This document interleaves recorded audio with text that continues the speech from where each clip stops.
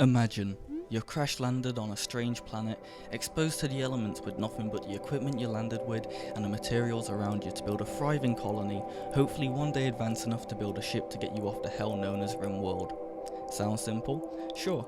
It's simple till your colonist has a mental breakdown because he couldn't throw horseshoes at a metal pole and decides to vent his stress by having a one-on-one fist fight with your highly explosive materials, causing a chain explosion that destroys the base you spent several days on.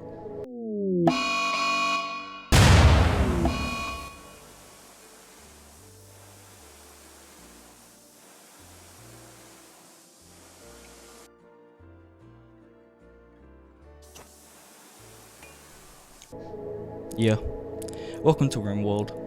Welcome back to the channel, and thank you for tuning in for my review of RimWorld. Now, if you didn't quite get the idea of what RimWorld is from my intro, then I'll explain the concept of the game very quickly. You start off by picking from a selection of randomly generated colonists with a variety of different skills and quirks. Once you've chosen your unlucky candidates, you get to choose from a tile, each tile representing a piece of land on a full-scale planet that is randomly generated.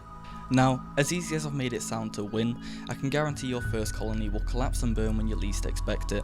Even if you've been playing for a few hours and have a nice little colony going, that won't stop the demons known as the storytellers from sending 2 raids of heavily armed soldiers to raid your colony. Meanwhile, one of your colonists is speaking Japanese to a tree because he snorted too much space cocaine.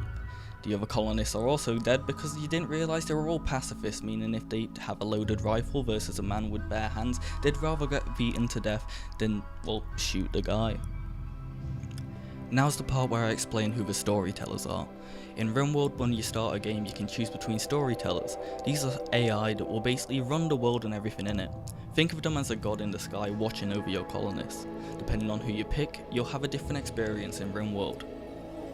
If you like a slowly increasing challenge, I suggest Cassandra, but this is RimWorld, and when I say slowly increasing, I mean Cassandra will leave you for maybe a few hours and then watch you panic to get your colonists in order as she sends a pack of wolves to tear apart the people in your new base, purely just for the meme. If you want to just focus on the more building and survival aspect with less frequent challenges, then I suggest Phoebe.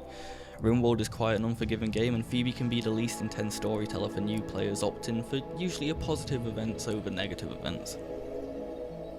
And now we can come to Randy Random. If you've ever wanted to see what it looks like if a literal child played God, you'd get Randy. Randy don't care if it's your first 20 minutes ever playing or your 15th day playing. He does what he wants, making him in some ways the most entertaining storyteller.